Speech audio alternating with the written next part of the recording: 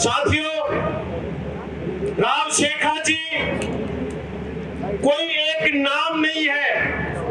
मैं कहूंगा वो एक कोई जाति के बंधन में बंधने वाला व्यक्तित्व नहीं है।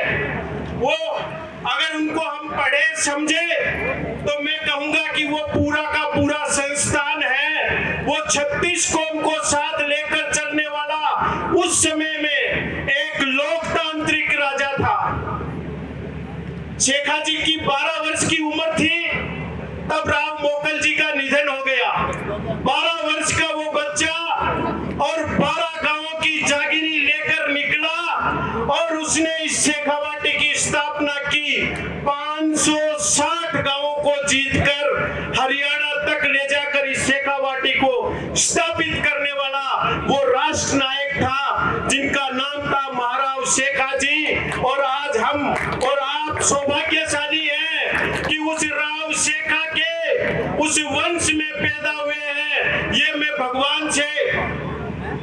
भगवान का अभिनंदन वंदन करता हूं कि मुझे उस कुल में पैदा किया जो राव शेखा का कुल था। इसका मुझे गर्व गुमान है और आपको भी ये गर्व गुमान होना चाहिए।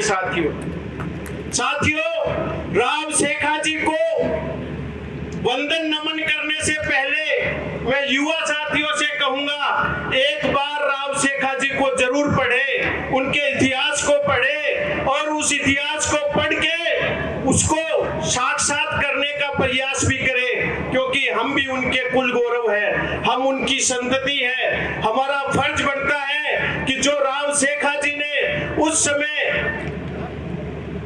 समाज के अंदर प्रदर्शित करने का काम किया, उसी राव शेखा के विचारों को आगे बढ़ाने का काम हम राव शेखा की संतति करने का हम काम करें। साथियों, राव शेखा ने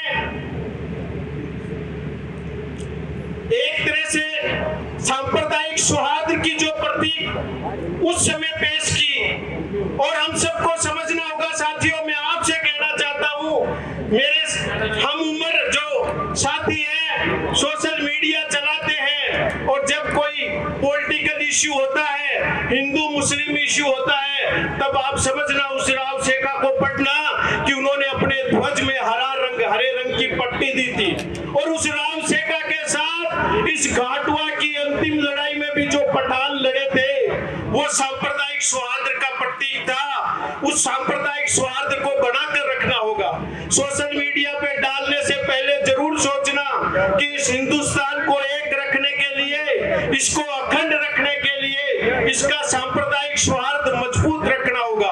और ये जिम्मेदारी किसी और की नहीं होगी। साथियों, ये जिम्मेदारी उस कौम की है, ये जिम्मेदारी उस कौम की है जिस कौम को भगवान ने पैदा किया है मानव के कल्याण के लिए। आप गर्व गौरव करते हो, मंच के ऊपर कहते हो मैं रघुकुल वंशी हूँ, मैं राजा राम की संतान हूँ, मैं महाराव शेखा की संतान हूँ, तो उनके आदर्शों का निर्वहन करना भी सीखो। राव शेखा जी के आदर्श ये नहीं थे कि शाम को 6 बजे और दारू की दुकान की तरफ, बियर की तरफ नाजी बढ़ रहे हैं। ये समझना होगा, राव शेखा का वंशज बनने से पहले मातृशक्ति का सम्मान करना होगा। मातृशक्ति का सम्मान अगर हम नहीं करते हैं घर में तो निश्चित मानिए साथियों, हम राव शेखा की संतान नहीं हो सकते। उस राव शेखा ने नारी की अस्मिता के लिए यहाँ घाटुआ में आकर घोड़ों से लड़ाई लड़ी और अपना सर्वोच्च कुर्बान कर दिया।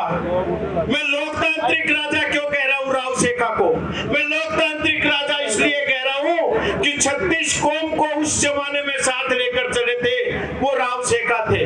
वो राव शेखा ही थे जिन्होंने, आप देखेंगे युद्ध तो बहुत हुए हैं और अधिकतर योद्धाओं ने जो लड़ाई लड़ी वो साम्राज्य विस्तार के लिए लड़ी। वो लड़ाई साम्राज्य विस्तार के लड़ाई लड़ी। मेरे से बड़े बड़े वक्ता है और मंच का भी आया है कि शॉर्ट करें। वो लड़ाई जो लड़ी साम्राज्य विस्तार के लिए लड़ी।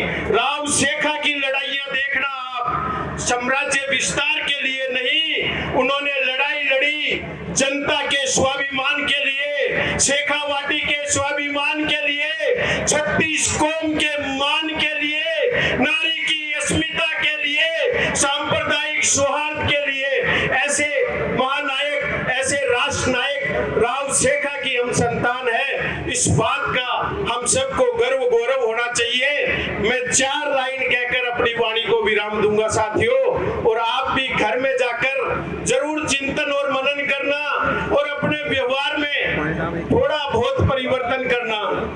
छत्री कहना आसान है, राम के कुल का बनना और कहना आसान है, पर उसके चरित्र पर चलना आसान नहीं है। अपने चरित्र को बदलिए, छत्री बनिए, 36 कौम के कल्याण के लिए लड़िए, अपनी भौम के लिए लड़िए और समाज के अंदर परिवर्तन लाने का थोड़ा बहुत परिवर्तन कीजिए। तब जाकर 36 कौम कहेगी कि ये राव शेखा का वंशज है, ये जरूर शेखावत है, ये जरूर छत्री है। मैं 4 लाइन के साथ में आपसे कहूंगा कि आला उदल की संतानों, पृथ्वी राज के अभिमानों, राव शेखा के मतवालों, राणा प्रताप के दीवानों और भारत के लिए मस्तक कटवाने वालों, आज भारत के अंदर आपकी स्थिति क्या है, इस पे मनन कीजिए, अपने चरित्र चित्रण पर मनन कीजिए और प्रयास कीजिए। मैं नौजवान साथियों से कहना चाहता हूं कि कम से कम अपनी गांव और गली का नेतृत्व करने का प्रयास कीजिए। जब किसी गरीब पे, चाहे 36 कौम का कोई भी गरीब हो, जब किसी गरीब पर आफत आए तो उस भूप को, उस बागी को खड़ा होना होगा। और वो भूप और वो बागी अगर कोई है जिसको सामर्थ्य भगवान ने दिया है, जिसको ऐसे कुल में पैदा किया है जो मानव मात्र का कल्याण करेगा, वो बागी आप सब है और आप सब उन बागियों की संतान है। इस पर जरूर चिंतन और मनन कीजिए। मैं साधुवाद देना चाहूंगा पूरी समिति को, सुरेंद्र जी को, भाई साहब प्रभु सिंह जी को, राम सिंह जी को, जयवीर सिंह जी को। बहुत ही शानदार आयोजन किया, इसके लिए पूरी समिति को साधुवाद है। और सबसे बड़ा साधुवाद दूंगा मातृ शक्ति को जो निकल कर आई और यहाँ हम सबको सुन रही है। आप सबको भी मैं प्रणाम और वंदन करता हूँ और समिति से कहूंगा कि अगली बार मेरा कहीं इस्तेमाल कर सके, मुझे जरूर मौका देना और हम प्रयास करें कि ये पंडाल और बड़ा हो और इसमें मातृ शक्ति की संख्या अधिक से अधिक हो, क्योंकि जब हम ये निर्वाण दिवस इस रूप में ही मना रहे हैं, मातृ शक्ति के रूप में, तो इनकी संख्या हम और बढ़ाएं। पुनः पूरी समिति का धन्यवाद, साधुवाद। जय हिंद, जय भारत।